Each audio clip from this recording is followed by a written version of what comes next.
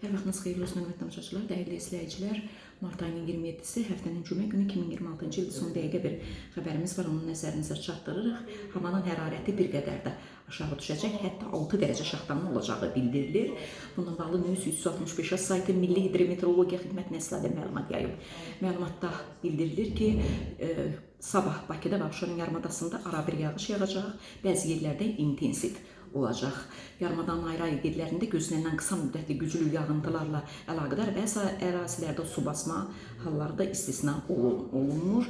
Gecə və səhər bəzi yerlərdə duman olacağı gözlənilir. Mülayim şərq-qərb küləyi gündüz cənub-qərb küləyi ilə əvəz olunacaq. Havanın temperaturu gecə 7-9 dərəcə isti, gündüz 10-13 dərəcə isti olacaq.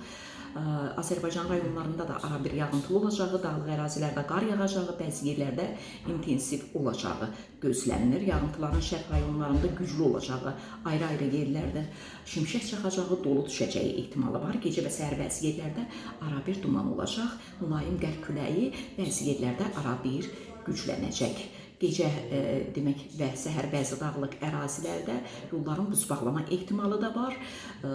Dağlarda gecə 2-6 dərəcə şaxta, gündüz 0-2 dərəcə şaxtanın olacağı da bildirilir. Gecə isə dağlarda gecə isə 2-6 dərəcə şaxta gözlənilir.